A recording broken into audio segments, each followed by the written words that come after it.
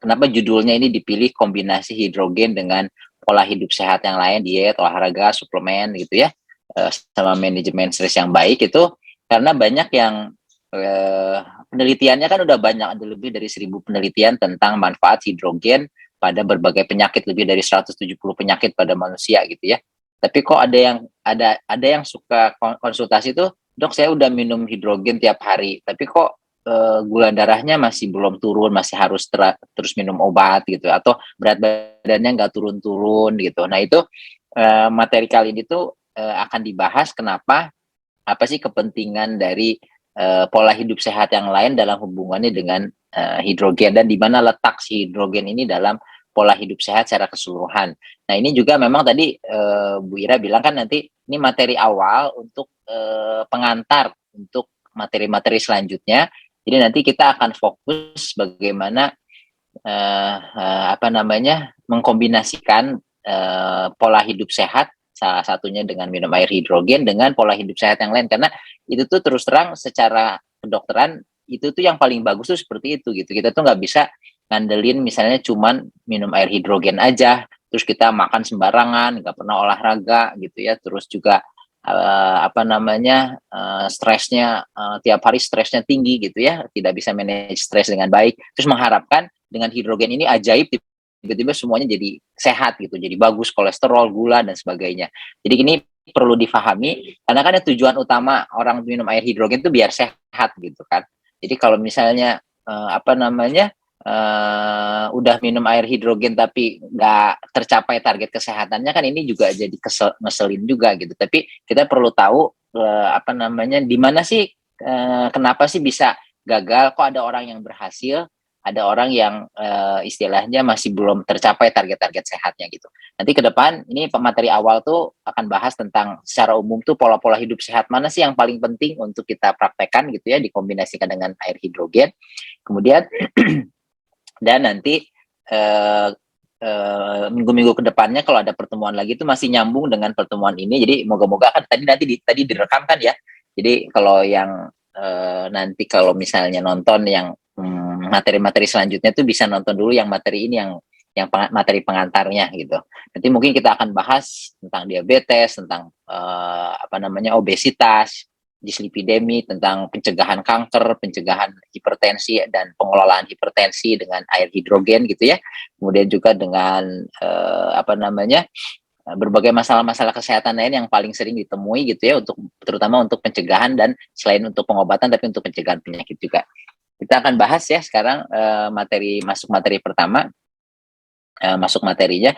Jadi, semua orang tuh, apapun latar belakangnya, apapun pekerjaannya, apapun, apa namanya, background-nya gitu, semua tuh pengen cita-cita utamanya tuh pengen sehat dan tetap sehat sepanjang usia. Nggak cuma sehat sekarang, tapi, pengennya sehatnya sampai usia lanjut nanti ya, bisa main sama cucu, bisa tetap fit di usia lanjut. Nggak cuma sekarang sehat, nanti, pas pensiun udah sering bolak-balik ke dokter. Semua tuh pengennya kayak gini. Jadi kesehatan itu bisa dikatakan hal yang paling penting gitu ya. Ada seorang, apa namanya, seniman Amerika tuh Lee Strasberg bilang, "Kesehatan yang baik ya adalah hal yang terpenting, lebih penting dari kesuksesan, lebih penting dari uang, lebih penting dari kekuasaan," gitu ya. Dalam berbagai agama juga kesehatan itu merupakan salah satu hal apa, nikmat yang paling besar. Misalnya kalau dalam agama Islam misalnya, sesungguhnya manusia tidak diberi yang lebih baik di dunia daripada keyakinan dan kesehatan, maka mohonlah keduanya kepada Allah. Itu pesan dari Rasulullah SAW. Jadi, ya saya yakin juga dalam ajaran beragama yang lain juga kesehatan itu sangat sangat penting gitu, ya, sangat besar, nikmat yang sangat besar gitu.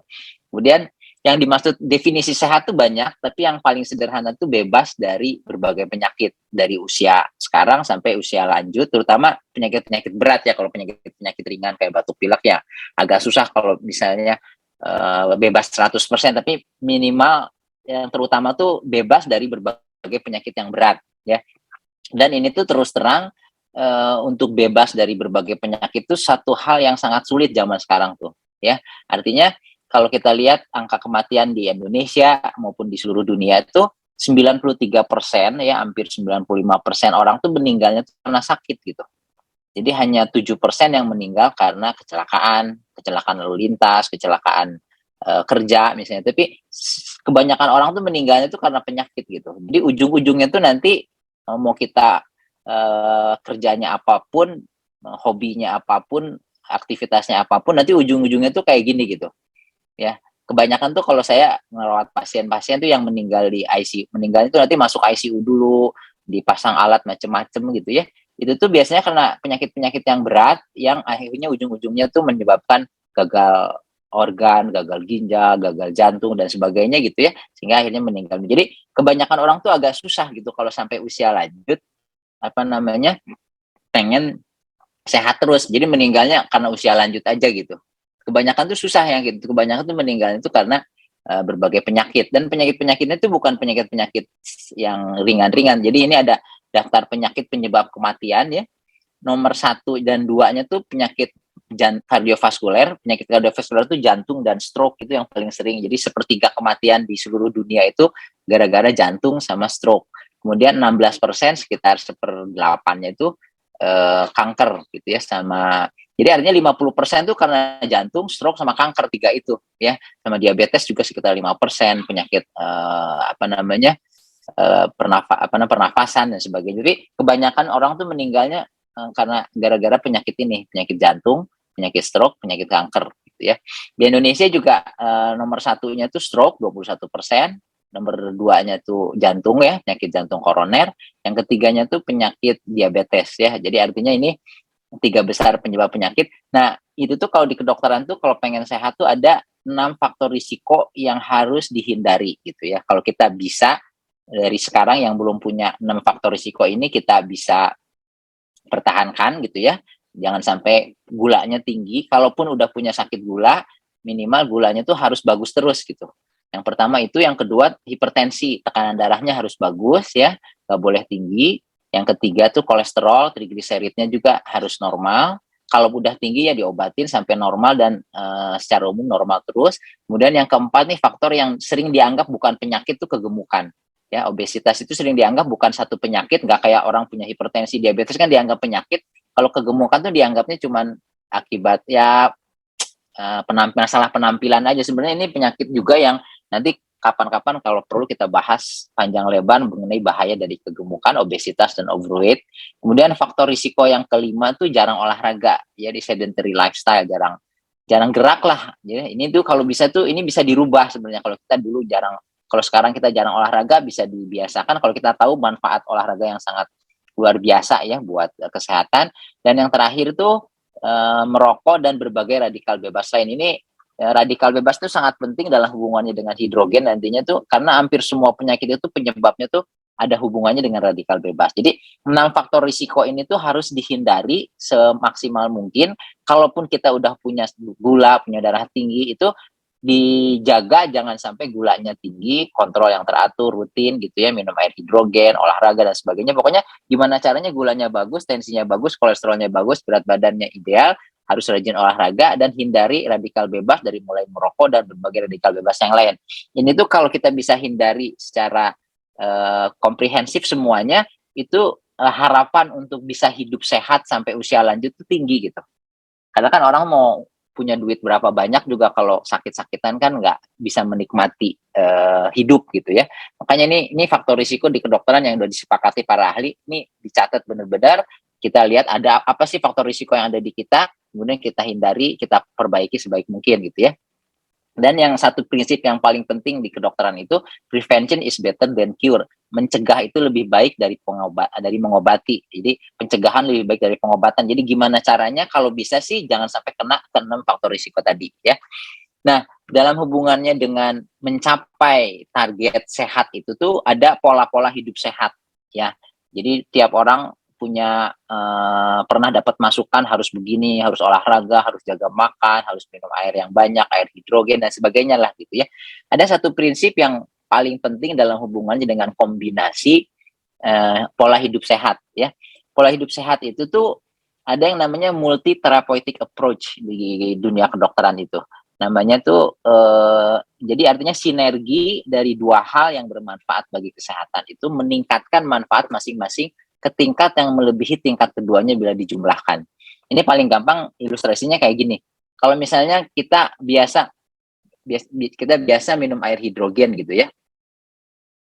Kita biasa minum air hidrogen, orang yang minum hidrogen rajin tapi kok gulanya nggak turun, berat badan nggak turun, kolesterol nggak turun, segala macam itu karena cuman mengandalkan satu pola hidup sehat gitu. Kalau misalnya yang disebut multi therapeutic approach gitu ya, kalau kita mengkombinasikan dua pola hidup sehat itu tuh bukan penjumlahan efeknya tuh. Jadi bisa 1+1 tuh mestinya 2, tapi jadi 1+1 tuh jadi 3, jadi 4, malah bisa sampai 5 gitu. Artinya misalnya kalau kita rajin minum hidrogen tapi jarang olahraga, si hidrogen tuh manfaatnya 1 lah ya. Terus olahraga tuh manfaatnya 1 anggap. Tapi kalau misalnya kita kombinasikan si hidrogen sama si olahraga, maka si olahraganya itu akan meningkatkan manfaat hidrogen dan si hidrogen itu meningkatkan manfaat olahraga. Jadi efeknya itu bisa 3, bisa 4 gitu. Apalagi kalau kita kombinasi dengan misalnya manajemen stres yang baik, pengaturan makan yang baik gitu ya, dan macam-macam ya. Jadi ini tuh yang harus benar-benar difahami. Makin banyak pola hidup sehat yang kita kerjain gitu ya, makin bagus pola manfaat kesehatan dan target kesehatannya lebih mudah dicapai. Kan tiap orang di sini tuh masing-masing target kesehatannya beda-beda. Ada yang pengen berat badannya turun, ada yang pengen gulanya bisa lepas obat misalnya dan sebagainya ya. Nah, tapi banyak juga pola hidup sehat di kedokteran ini, di dunia kesehatan ini yang jadi bingung gitu. Tiap orang tuh ngandelin nyaranin mendingan begini, mendingan jalanin diet jenis ini, mendingan olahraganya kayak gini, mendingan macam-macam lah gitu. Nah, ini tuh yang sekarang akan kita bahas tuh nanti juga akan jadi dasar untuk pertemuan-pertemuan selanjutnya tuh akan dibahas hal-hal yang paling penting gitu dari berbagai pola hidup sehat, mana sih yang paling penting gitu, yang artinya itu tuh yang paling istilahnya yang paling istilahnya paling signifikan. Artinya kalau ada 10 pola hidup sehat nih 3 atau 4 faktor ini aja yang fokus, yang lainnya kalau nggak dikerjain juga nggak apa-apa gitu. Nah, di kedokteran itu senjata dokter mau kita konsultasi ke dokter di luar negeri, kayak dalam negeri, di seluruh kota di Indonesia gitu ya, ataupun di luar negeri juga, senjata dokter itu cuma ada 3. Yang pertama tuh obat-obatan ya. Obat-obatan itu termasuk suplemen gitu. Jadi kalau ada orang yang datang ke dokter kan pengen dikasih obat buat kolesterolnya, buat gulanya, buat ningkatin daya tahan tubuh untuk biar lebih fresh gitu. Jadi pengen suplemen, multivitamin dan sebagainya lah. Itu senjata yang pertama. Senjata yang kedua tuh adalah dokter tuh akan menyarankan untuk mengatur pola makan. Itu namanya diet kan. Kemudian juga yang ketiga olahraga. Jadi senjatanya itu cuma 3 ini sebenarnya yang terutama sih ya. Kalau untuk terutama apalagi untuk pencegahan penyakit, ada sih misalnya senjata lain kayak fisioterapi, operasi gitu, tapi kebanyakan kan yang ini 3 ini nih, olahraga, diet, sama obat-obatan atau suplemen gitu ya. Nah yang paling penting itu sebenarnya dari semua faktor ini tuh pengaturan makan, dan termasuk di dalamnya tuh makanan dan minuman yang kita konsumsi. Itu tuh yang paling penting dalam hubungannya dengan kualitas kesehatan kita ya. Kemudian di kedokteran itu ada yang namanya you are what you eat. Kamu adalah apa yang kamu makan. Ini tuh kemungkinan dari ungkapan seorang pakar kesehatan Prancis, Brillat Savarin, di abad ke-19, mengatakan tell me what you eat and I will tell you what you are. Beritahu saya apa yang kalian makan dan saya akan bisa ngasih tahu gimana kualitas fisik kalian, kualitas mental kalian dari makanan yang masuk ke dalam perut kalian gitu. Tapi banyak juga yang nggak setuju tentang hal ini. Ada yang menganggap bahwa bukan makanan yang paling penting, minuman, malah air yang kita minum yang paling penting. Jadi Henry Coanda misalnya pakar dinamika cairan dari Rumania itu ya, Bapak Fluid Dynamics, mengatakan bahwa air itu merupakan asupan terpenting. Water is the most important thing you can put in your body. Itu lebih penting dari makanan. Jadi banyak juga yang ahli-ahli yang bahkan bikin buku tentang pentingnya cairan untuk kesehatan kita lebih penting daripada makanan. Jadi ada 2 lah, ada yang nganggap makanan yang paling penting, ada yang bilang yang paling penting itu cairan yang kita konsumsi ya. Nah, terus yang dasarnya orang yang menganggap cairan lebih penting itu karena orang tuh ada survival rule of 3, orang tuh nggak bisa hidup 3 menit tanpa udara, nggak bisa hidup 3 hari tanpa air, dan tidak bisa hidup 3 minggu tanpa makanan. Jadi yang paling penting itu udara. 3 menit nggak ada udara, meninggal gitu. Tapi ternyata kalau orang tuh bisa hidup 3 minggu tanpa makan, sementara orang tuh cuma bisa bertahan hidup 3 hari tanpa air, itu dasar yang menunjukkan bahwa yang orang-orang yang berpendapat bahwa para ahli yang berpendapat bahwa air itu lebih penting dari makanan gitu ya. Jadi air yang kita minum, berapa jumlahnya, apa yang jenisnya dan sebagainya itu lebih menentukan kesehatan kita lebih penting dibandingkan makanan yang kita konsumsi. Dan juga 70% badan kita tuh air, malah 90% sel di tubuh kita tuh air gitu. Jadi kalau dari ujung kepala sampai ujung kaki ada sel. Sel itu 90%-nya tuh air gitu. Jadi istilahnya bukan you are what you eat, you are what you drink. Ya, bisa dikatakan kita tuh air yang berjalan gitu. Karena 70% badan kita tuh air. Apalagi kalau bayi baru lahir itu bisa 80%. Ya. Nah, bagaimana kalau orang kekurangan cairan? Pertama kita lihat jumlahnya dulu. Apa yang terjadi kalau orang tiap hari itu kekurangan cairan? Yang dimaksud di sini itu bukan dehidrasi yang akut atau kekurangan cairan yang akut kayak orang muntaber gitu ya, muntah-muntah atau diare gitu. Tapi orang yang mengalami kekurangan cairan dalam jumlah sedikit tapi terus lama gitu, disebutnya chronic dehydration ya. Chronic dehydration itu banyak sekali masalahnya ya, dari mulai ujung kepala sampai ujung kaki itu kolesterol tinggi, masalah pencernaan, tekanan darah tinggi, batu ginjal, peningkatan berat badan gitu ya, gara-gara kita tuh kekurangan cairan. Nah, yang disebut kekurangan cairan itu apa? Misalnya ada orang yang kebutuhan minumnya tuh lihat dari berat badan nanti ya, itu tuh misalnya 3 liter per hari. Tapi dia cuma minum 2 liter per hari. Berarti dia tuh kekurangan 1 liter per hari tiap hari itu. Karena dia kebutuhannya 3 liter tapi dia cuma minum 8 gelas per hari. Dianggapnya tuh semua orang tuh minum minimal 8 gelas tuh, itu tuh untuk orang yang berat badannya sebenarnya cuma 50 kilo. Kalau berat badannya 70-80 ya pasti harusnya lebih banyak. Kalau orang yang berat badannya 70 kilo minumnya cuma 2 liter per hari, otomatis dia defisit 1 liter per hari. Kalau dia terjadi kayak gini berbulan-bulan, bertahun-tahun, akan terjadi yang namanya dehidrasi kronis tadi. Maka tubuh tuh akan memprioritaskan air yang masuk tuh untuk organ-organ vital, jantung, otak, paru-paru. Organ-organ lain yang dianggap tidak sepenting jantung, otak, dan paru itu seperti kulit, sendi, kemudian juga liver, ginjal, itu akan dapat prioritas selanjutnya. Makanya apalagi kayak kulit gitu ya, sendi itu dianggap nggak penting untuk survival, akhirnya dapat cairannya makin sedikit, akhirnya masalah sendi lah, reumatik segala macam, terus nyalahin kolesterol, padahal sebenarnya kekurangan cairan gitu ya. Jadi ini yang penting yang terjadi kalau kita kekurangan cairan. Ada yang namanya seorang pakar kesehatan dokter di Kanada kalau nggak salah atau di Amerika, Change Your Water, Change Your Life. Dia bikin buku ini gejala-gejala yang terjadi kalau orang mengalami dehidrasi yang kronis ya, tekanan darah tinggi, kolesterolnya naik dan sebagainya. Jadi kalau kita kolesterol saya naik, mungkin salah satunya tuh cairannya tuh kurang. Nah, berapa sih cairan yang harus diminum setiap hari gitu ya? Ini lihat dari sini, kalau lihat misalnya berat badannya 50 kilo, ya sekitar 2,1 liter. Jadi artinya yang 8 gelas per hari itu tuh, atau 2 liter per hari itu tuh untuk orang yang berat badannya 50 kilo. Kalau orang berat badannya 75, 80, apalagi sampai 100 kilo, harusnya 4 liter lebih minumnya ya, atau 3 liter tergantung berat badannya. Dan ini tuh harus dipenuhi dulu sebelum pengen sehat yang lain gitu. Percuma kalau kita rajin olahraga, kita makannya dijaga, kalau minumnya kurang, itu tuh nggak akan banyak masalah kesehatan yang nanti ujung-ujungnya dalam waktu lama tuh menyebabkan banyak sekali penyakit ya. Jadi ini nomor satu yang paling penting tuh cairan tuh harus cukup ya. Nah, yang cara aturan yang minum tuh kita kalau misalnya kita berat badannya 75 kilo, berarti kan 3 liter per hari. Itu tuh kita bisa minum pagi 1 liter, siang 1 liter, malam 1 liter. Tapi yang paling bagus ya, itu tuh paling bagusnya tuh kita bangun tidur minum 1 gelas. Nanti tiap 2 jam minum lagi 1 gelas ya, dari mulai bangun tidur sampai mau tidur lagi. Jadi artinya kebutuhan 3 liternya itu dipenuhi secara bertahap. Itu tuh lebih bagus dibandingkan langsung minum 1 liter pagi, terus nggak minum lagi sampai siang, siang minum 1 liter, nggak minum lagi sampai sore, sore minum 1 liter. Itu tuh nggak sebagus kalau misalnya kita bisa membagi minumannya itu, cairan yang kita konsumsi itu dari sepanjang hari.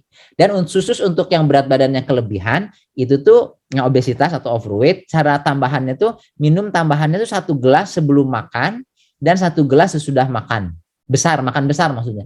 Jadi kalau pagi makan besar, sebelumnya minum 1 gelas, sesudah makan minum 1 gelas lagi tanpa merasa kekenyangan. Jadi nggak boleh minum 2 gelas sebelum dan sesudah makan, itu tuh jadi bikin perutnya sampai kekenyangan. Jadi jangan sampai kekenyangan. Kemudian setelah itu tiap 2 jam minum lagi 1 gelas sampai kebutuhan cairannya tuh terpenuhi. Jadi kalau orang yang berat badannya mungkin 80 kilo sekali minum mungkin 300-350 cc.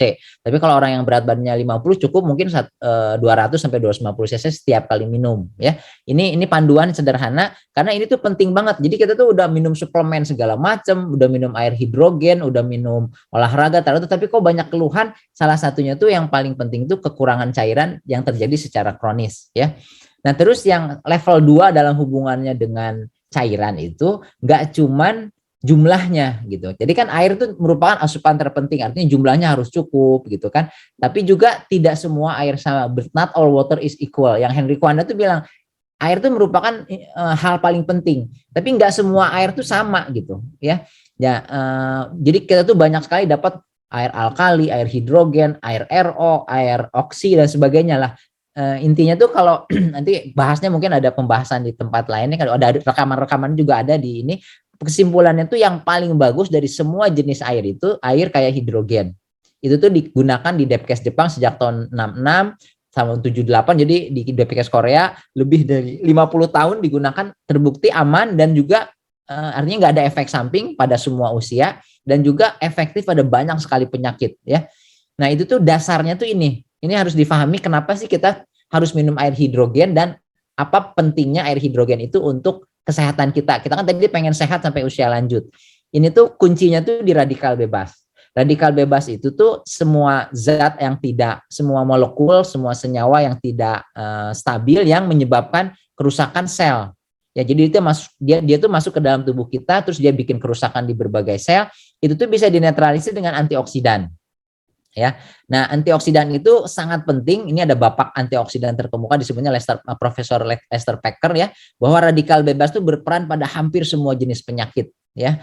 Jadi kalau penyakit apapun itu pasti ada peran dari radikal bebasnya. Dan radikal bebas itu kenapa sangat signifikan buat kesehatan kita? Karena kita tuh terpapar radikal bebas, kita, keluarga kita, anak istri kita, suami istri kita, semuanya tuh terpapar radikal bebas itu dari mulai bangun tidur sampai tidur lagi, dari hari Senin sampai Minggu, dari Januari sampai Februari, dari Desember, dari anak kecil sampai punya anak lagi gitu, seumur hidup setiap hari sepanjang hari.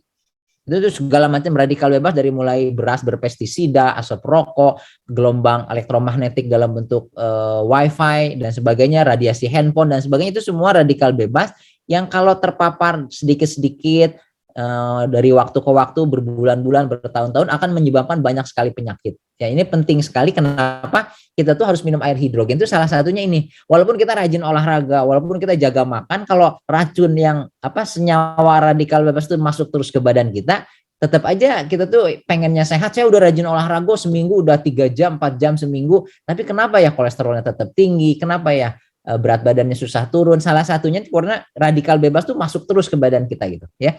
Nah, ini tuh radikal bebas itu menyebabkan penyakit dari ujung kepala sampai ujung kaki, terutama penyakit-penyakit kayak kanker, autoimun gitu ya.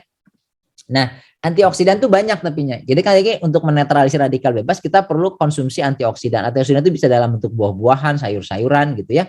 Tapi si hidrogen ini juga merupakan antioksidan selain manfaat-manfaat yang lain.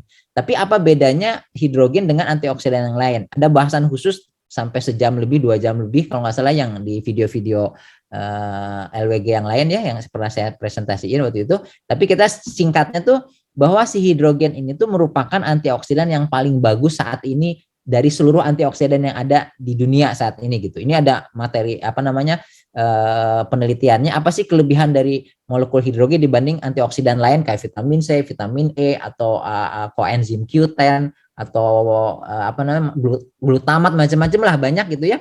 Intinya tuh si hidrogen tuh merupakan antioksidan yang paling bagus. Kalau kita bisa menghasilkan, kita bisa minum hidrogen setiap hari gitu ya, air hidrogen atau inhalasi hidrogen setiap hari, itu tuh kita dapat antioksidan yang paling bagus. Kelebihannya tuh yang pertama tuh hiporeaktif, toksisitasnya rendah, jadi dikonsumsi jangka panjang tuh aman, beda sama antioksidan yang lain yang kadang-kadang kalau kita konsumsi terus-menerus tuh bisa bikin banyak penyakit. Kemudian bersifat selektif, hanya menetralisir radikal bebas yang berbahaya.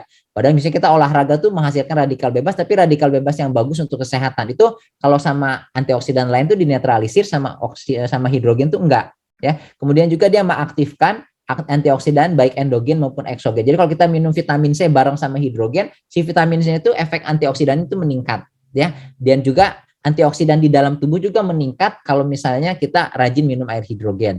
Kemudian karena ukurannya paling kecil, dia tuh sangat cepat dan sangat mudah masuk ke sel, ke biomembran, ke plasenta, ke otak gitu ya. Dan bahkan masuknya nggak cuma ke sel, ke dalam kompartemen subseluler, ke inti sel, ke mitokondria dan ribosom dan macam-macam gitu ya. Karena ukurannya tuh paling kecil. Jadi di molekul daftar molekul tuh dia tuh yang paling kiri atas. Jadi artinya molekul yang paling kecil di alam semesta. Manfaatnya tuh banyak sekali, manfaat kesehatan selain sebagai antioksidan. Ada lebih dari 170 penyakit, jadi dia punya efek anti alergi, anti radang, anti apoptosis, kemudian juga anti obesity gitu ya. Dan juga bentuknya tuh banyak macam-macam. Bisa bentuk air, bisa inhalasi. Dan kalau kita bisa minum air hidrogen dalam hubungannya dengan tadi ya, dengan pentingnya air, si air itu kepatuhannya sangat tinggi. Kalau kita tuh pasti minum air tiap hari, jadi kita bisa jalanin pola hidup sehat minum air hidrogen itu dalam jangka waktu yang panjang gitu ya. Dan ini juga relatif murah karena kita bisa sekali beli alatnya, kita tuh bisa pakai bertahun-tahun seluruh keluarga. Jadi artinya kita bisa bikin antioksidan sendiri, jauh lebih murah dibanding kita beli antioksidan yang harganya mahal dan gak sebagus hidrogen. Jadi ini kesimpulan bahwa anti hidrogen itu merupakan antioksidan yang paling bagus. Dan ini secara itu secara ilmiah. Tapi secara filosofi bukti secara tidak langsung bahwa hidrogen itu merupakan antioksidan terbaik tuh dia tuh bisa apapun agamanya gitu, ini tuh bisa dilihat dianggap sebagai antioksidan pilihan Tuhan gitu. Karena ternyata dalam tubuh kita tuh sejak zaman dulu, sejak nenek moyang kita tuh kita sudah bisa menghasilkan hidrogen sendiri kalau kita mengkonsumsi sayuran dan buah-buahan gitu. Jadi penelitiannya bahwa di tubuh usus besar kita tuh bisa menghasilkan hidrogen sendiri. Kalau kita makan sayuran, buah-buahan, nanti tubuh tuh bakteri usus tuh akan merubah hidrogen, merubah sayuran dan buah-buahan itu jadi hidrogen. Kemudian hidrogennya masuk ke dalam darah, kemudian nanti menetralisir radikal bebas dari proses metabolisme maupun radikal bebas dari luar. Nah, tapi sekarang nggak cukup kalau cuma dari sayuran dan buah-buahan karena radikal bebasnya udah terlalu banyak. Mungkin zaman nenek moyang kita sih cukup ya hidrogen dari saluran cerna dengan cukup makan sayur dan buahnya aja. Sekarang sayur dan buahnya aja mengandung pestisida, mengandung senyawa growth hormone macam-macam lah gitu ya. Nah itu intinya si hidrogen itu pilihan Tuhan yang ada di usus besar kita. Kemudian juga di air-air ajaib yang ada di muka bumi di berbagai benua tuh semua tuh air ajaib orang Kristen, air ajaib orang Buddha, orang Hindu di Himalaya, di Prancis, di Nordenau itu tuh semuanya tuh ternyata air ajaib itu tuh mengandung molekul hidrogen. Ya, antioksidannya tuh jenisnya tuh hidrogen walaupun di berbagai benua ya. Jadi artinya kan misalnya kalau Tuhan tuh bisa aja bikin di Lourdes itu vitamin C gitu mengandung, tapi ternyata yang dipilih itu adalah hidrogen dan itu di berbagai belahan dunia. Itu salah satu bukti secara tidak langsung bahwa si hidrogen itu merupakan antioksidan yang paling bagus karena yang dipilih langsung sama Tuhan Yang Maha Esa gitu ya. Nah, artinya penelitian Molecular Hydrogen Institute ini tuh ada namanya Molecular Hydrogen Institute mengatakan bahwa ada lebih dari 1.000 artikel penelitian tentang manfaat hidrogen pada lebih dari 170 penyakit pada manusia. Jadi manfaat hidrogen itu banyak banget ini penyakit-penyakitnya dan termasuk penyakit kayak yang tadi yang paling sering kan kanker, kemudian juga penyakit diabetes, kolesterol, hipertensi, dislipidemi, obesitas, kelebihan berat badan dan penyakit jantung sama penyakit stroke gitu ya. Jadi pesan utama dalam hubungannya dengan air, pertama minum airnya dalam jumlah yang cukup setiap harinya tergantung berat badan ya dan aktivitas juga, tapi bukan minum air hidrogen pesannya tuh, tapi gantikan air yang biasa memang setiap hari harus kita minum tuh dengan air hidrogen. Jadi kita tuh kalau bisa tuh jangan minum air selain air hidrogen karena kebutuhan cairan kita kan segitu-segitunya dan jangan minum air biasa lah gitu. Ini pesan utamanya tuh bukan biasakan minum air hidrogen tapi gantikan seluruh air yang biasa kita minum tuh dengan air hidrogen karena air hidrogen itu sangat bagus buat menetralisir radikal bebas yang merupakan sumber bagi segala macam penyakit tadi ya. Itu yang kedua. Jadi makanya paling penting itu sebenarnya untuk pencegahan. Kalau kita belum punya gula, belum punya darah tinggi, belum punya kolesterol, kalau dengan minum air hidrogen setiap hari, radikal bebasnya bisa dinetralisir, melindungi saluran organ-organ di seluruh tubuh kita, itu tuh paling bagus pencegahan. Makanya molekul hidrogen ini tuh penelitian artikel-artikel itu untuk pencegahan preventif ya, untuk pencegahan penyakit jantung, pencegahan penyakit gula dan macam-macam ya. Artinya pencegahan kan jauh lebih bagus. Yang butuh pencegahan itu yang sakit kan paling 1 orang dari 10 orang. Yang sehat tuh 9 orang. Berarti yang butuh pencegahan itu lebih banyak daripada yang butuh pengobatan. Ya. Manfaat terbesar dari air kayak hidrogen itu adalah untuk program pencegahan penyakit. Ya, itu yang paling pentingnya, ya.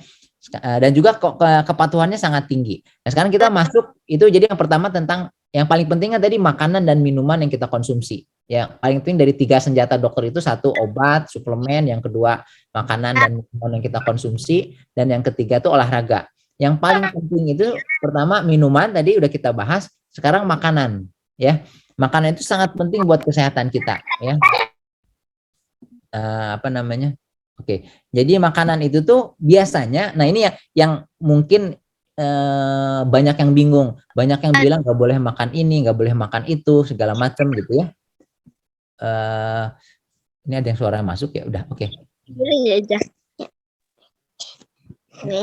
Bisa di itu Kak, nggak Bu Ira, mungkin di mute gitu. Ya, ini sepertinya handphonenya sedang dimainkan anaknya nih. Ya, nanti saya chat aja beliau ya. Lanjut, Dok. Nah, jadi ini orang tuh sering yang bingung tuh di sini, ini yang paling, kalau air hidrogen kan gampang kan, tinggal minum aja udah, kita pelajari manfaatnya, terus minum secara teratur, ganti air yang biasa kita minum dengan air hidrogen, beres, udah nggak ada masalah. Sekarang masalah diet. Diet itu tuh sangat kontroversial, orang tuh bingung, saya tuh harus makan apa, ada yang bilang harus makan ini, harus bilang diet itu, segala macem lah gitu ya. Nah, diet itu kan mengatur sebenarnya makanan itu tuh apa yang kita makan dan berapa banyak yang kita makan, bagaimana kita makan, kapan kita makan. Kan 4 hal ini kalau masalah diet itu kan. Nah, yang biasanya fokusnya itu apa dan berapa banyak, yang nggak boleh makan apa, segala macam, dan berapa banyak yang kita makan tuh segimana, harus ditimbang dah macam-macam gitu ya. Nah, sementara bagaimana dan kapan tuh nggak terlalu dibahas. Sebenarnya ini nggak, nanti mungkin lain kali kita bahas, tapi kuncinya tuh sebenarnya dari 4 faktor ini, yang paling penting tuh adalah kapan kita makan.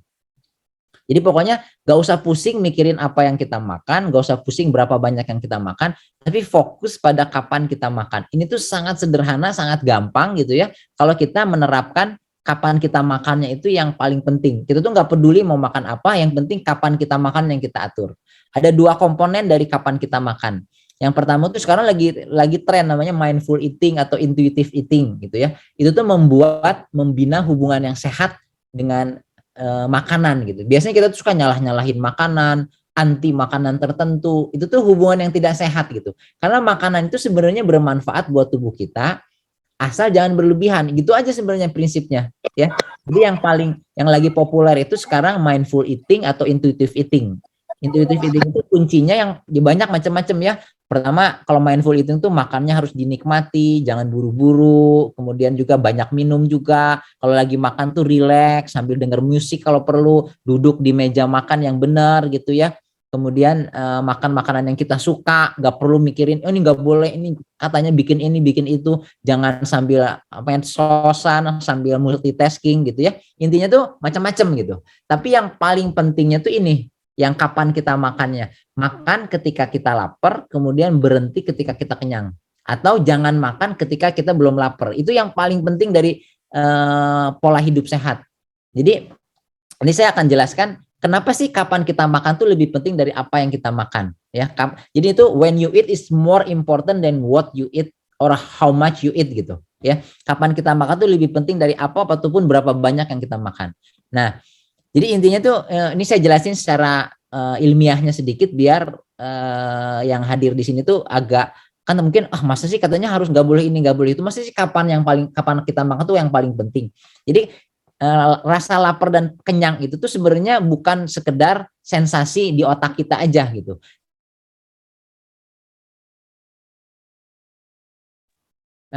Itu tuh sebenarnya ada diatur sama hormon. Nah, ini ada hormon yang mengatur kenyang dan lapar yang luar biasa tuh.